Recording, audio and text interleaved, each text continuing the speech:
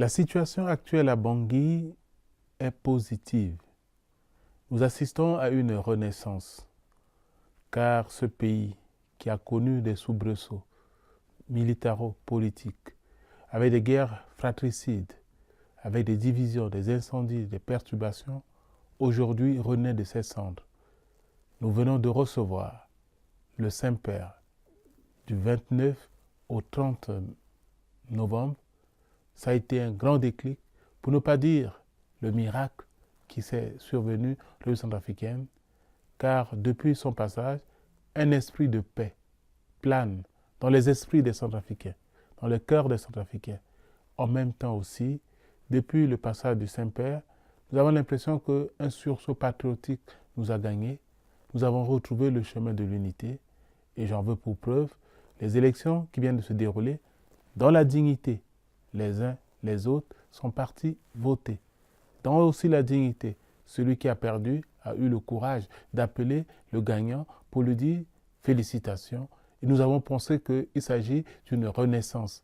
Et nous espérons que cette renaissance nous conduira vers le bonheur, vers le rassemblement, vers la réconciliation, la cohésion sociale, pour ne pas dire l'ouverture au pardon et à l'accueil de l'autre.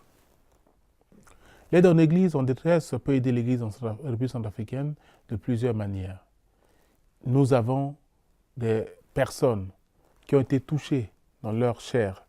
Ça veut dire la reconstruction de l'être humain, les traumatismes, la guérison.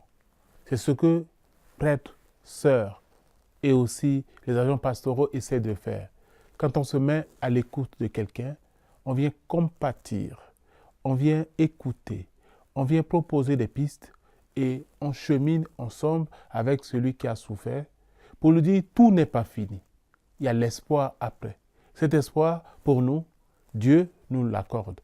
Et l'aide en Église nous vient en aide à travers son organisme et aussi les envois de fonds que nous recevons pour donner la chance aux agents pastoraux d'aller dans les villages les plus reculés où on ne trouve plus la présence de l'État pour être là, pour dire que Dieu n'a pas abandonné la Centrafrique, n'a pas abandonné les populations.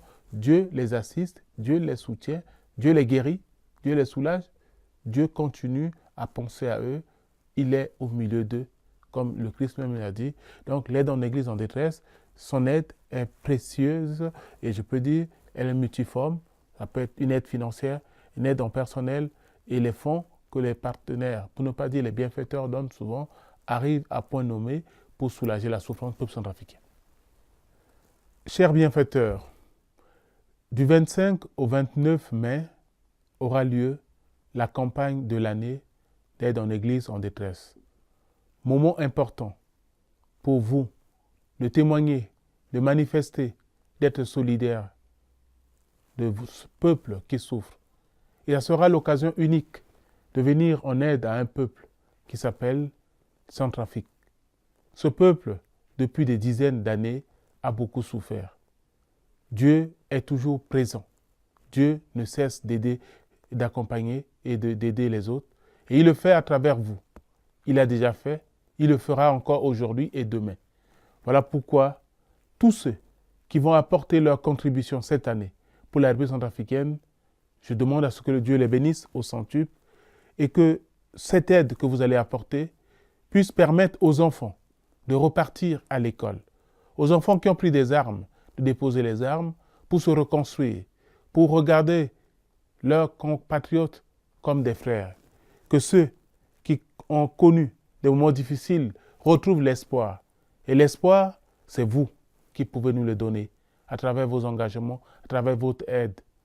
Aujourd'hui, je peux dire à tous nos téléspectateurs, ceux de la Belgique, le Père Bernard, Monseigneur Van Bull, un évêque, un prêtre qui sont de la République centrafricaine viendront pour dire ouvertement la situation qui se passe en République centrafricaine, toujours vous inviter à l'espoir nouveau qui vient de renaître. Le pape est venu chez nous. Le pape a apporté de l'espoir. Le pape a tracé le chemin de la paix. Il a invité le peuple centrafricain à passer de l'autre côté de la rive. Oui, nous pouvons dire aujourd'hui, Centrafrique est en train de passer du côté de la rive, ensemble, avec le premier successeur de Saint-Pierre, le successeur de Saint-Pierre, et ensemble aussi avec vous, les bienfaiteurs, qui vont venir massivement suivre cette conférence, à vous qui nous écoutez, à vous qui nous suivez, vous qui allez donner votre contribution.